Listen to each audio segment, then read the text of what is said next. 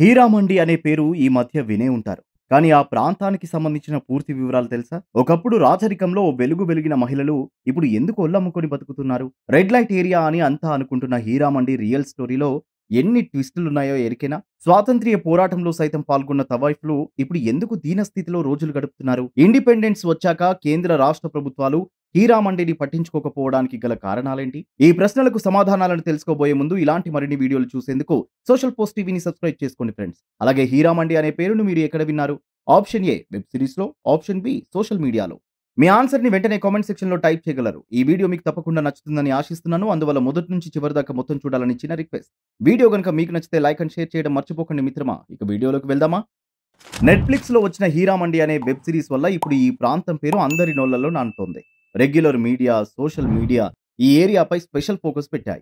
అందుకే ఈ 'హీరామండి' ఎక్కడ ఉంది? దాని ప్రత్యేకతలేంటి అనేది ఈ వీడియోలో చూద్దాం. 'హీరామండి' అనే ఏరియా ప్రస్తుతం పాకిస్తాన్‌లోని లాహోర్ సిటీలో ఉంది. ఈ ప్రాంతానికి చాలా చరిత్ర ఉంది.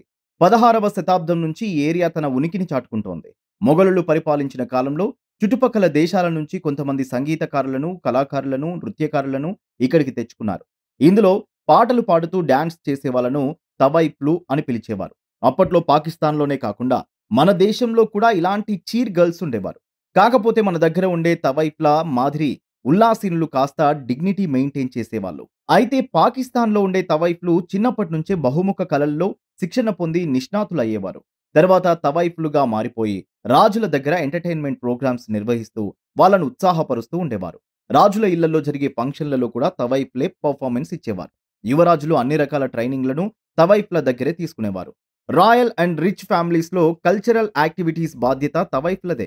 వాళ్ళు ఇచ్చిన డబ్బులతోనే తవైఫ్‌లు బతికేవారు. ఆఫ్‌కోర్స్ రాజులు తవైఫ్‌లకు బాగానే డబ్బులిచ్చేవారనుకోండి. అది వేరే సంగతి. ఒక్క మాటలో చెప్పాలంటే తవైఫ్‌లు రాజకుటుంబాల్లో సభ్యులుగా మెలిగేవారు. కొంతమంది తవైఫ్‌లు రాజులకు సెకండ్ వైఫ్‌గా కూడా ఉండేవారు. తవైఫ్‌లు అసలు పెళ్లి చేసుకునేవారు కాదు. సంపన్న కుటుంబాల వారితో సెక్సువల్ రిలేషన్ మెయింటైన్ చేసేవాళ్ళు. అలా అని వ్యభిచారం చేసేవాళ్ళు కాదు. మరి తవైఫ్‌లు ఎందుకు ఈ వ్యభిచార వృత్తిలోకి వచ్చారు అనేది ఇప్పుడు చర్చిద్దాం. 1750 ఆ ప్రాంతంలో మొఘల్స్ పైన అహ్మద్ షా అబ్దాలీ దండెత్తి లాహోర్‌ని చేజిక్కించుకున్నాడు. అప్పటినుంచి హీరామండికి కష్టాలు ప్రారంభమయ్యాయి. ఎందుకంటే అహ్మద్ షా అబ్దాలీ తవాయిఫ్‌లకు ప్రాధాన్యత ఇవ్వలేదు. దీంతో వాళ్లకు సంపాదన తగ్గిపోయింది. ఫలితంగా బతుకు తెరువు కోసం బరి తెగించారు. ఎవరి పక్కలో పడితే వారి పక్కలో పడుకునేవారు. ఈ నేపథ్యంలో హీరామండికి రెడ్ లైట్ ఏరియానే ముద్ర పడిపోయింది. సిక్కుల పరిపాలన ప్రారంభమయ్యాక తవాయిఫ్‌లకు కాస్త పూర్వ వైభవం వచ్చింది గానీ అందరికీ ఆ భాగ్యం దక్కలేదు. తవాయిఫ్‌లు వ్యభిచారులు అనే బ్యాడ్ నేమ్ వచ్చాక సంపన్నులు వాళ్ళ దగ్గరికి వెళ్లడం చాలా వరకు మానేశారు. హీరా సింగ్ డోగ్రా అనే పంజాబ్ ప్రధానమంత్రి ఈ ప్రాంతాన్ని ఎకనామిక్ హబ్‌గా డెవలప్ చేయాలని భావించి అక్కడ ఒక తిండి గింజల మార్కెట్‌ని ఏర్పాటు చేశాడు. దీంతో ఆ ఏరియాకి హీరా మండి అనే పేరొచ్చింది. అనంతరం బ్రిటిష్ వాళ్ళు సిక్కులను ఓడించి పంజాబ్‌ను ఎప్పుడైతే హస్తగతం చేసుకున్నారో అప్పటినుంచి హీరా మండికి మళ్లీ ఇబ్బందులు ప్రారంభమయ్యాయి. తవాయిఫ్‌ల పెర్ఫార్మన్స్‌ని తెల్లోళ్ళు చాలా తక్కువ చూపు చూశారు. స్థానికులనే కీపులుగా పెట్టుకునేవారు గానీ తవాయిఫ్‌లను తాకేవారు కాదు. ఎంజాయ్ చేయాలంటే లోకల్ అమ్మాయిలకే డబ్బులిచ్చి పని కానిచ్చేవారు. దీంతో తవాయిఫ్‌లు ఆర్థికంగా చితికిపోయారు.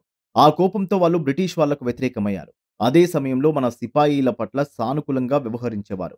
సిపాయిల తిరుగుబాటులో సహకరించారు. దీంతో తెల్లోళ్ళు తవాయిఫ్‌లను నిర్మూలించాలని లక్ష్యంగా పెట్టుకున్నారు. వాళ్ళ దగ్గర ఉన్న బంగారాన్ని, డబ్బును నిలువునా దోచుకున్నారు. అంతేకాదు తవాయిఫ్‌లకు 4 వేళ్లు నోట్లోకి వెళ్లే పరిస్థితి కూడా లేకుండా చేశారు. నిలువ నీడ ఇవ్వలేదు. బ్రిటిష్ వాళ్ళు తమను ఎంత వేధించినా తవాయిఫ్‌లు స్వాతంత్ర్య పోరాటంలో పాల్గొనకుండా ఉండలేదు. ఇండియాకి ఇండిపెండెన్స్ వచ్చాక పాకిస్తాన్ విడిపోయాక హీరామండి ఏరియా పాకిస్తాన్‌లోకి వెళ్ళింది. పాకిస్తాన్‌లో సినిమా వాళ్ళు హీరామండికి చాలా ఇంపార్టెన్స్ ఇచ్చేవారు. అక్కడి ఆర్టిస్ట్‌లనే తమ మూవీస్‌లో పెట్టుకునేవారు. దీంతో తవాయిఫ్‌ల లైఫ్ మళ్లీ టర్న్ అయింది. కానీ 1978లో పాకిస్తాన్‌కి అధ్యక్షుడైన మహమ్మద్ జియా ఉల్ హక్ తవాయిఫ్‌లను తక్కువ చూపు చూశారు. అంతటితో ఆగకుండా వాళ్ళను పైకి రాకుండా తొక్కేశాడు. ఈ విధంగా తవాయిఫ్‌ల చరిత్రను ఒకసారి వెనక్కి తిరిగి చూస్తే వాళ్ళను పాలకులు తమ స్వార్థానికి వాడుకొని వదిలేశారని చెప్పొచ్చు. ఇందులో తవాయిఫ్‌ల తప్పులు కూడా ఉన్నాయి. పొట్టకూటి కోసం పైసలున్నోళ్ళ పడక గదిలోకి వెళ్లడం అలవాటు చేసుకున్నారు. 2, 3 వందలిచ్చినా శృంగారంలో పాల్గొనడానికి వెనకాడట్లేదు. అయితే తవాయిఫ్‌లలో కొందరు ఇప్పటికీ ఒళ్ళు అమ్ముకోకుండా తమ కళను మాత్రమే నమ్ముకుని ఉంటున్నారు.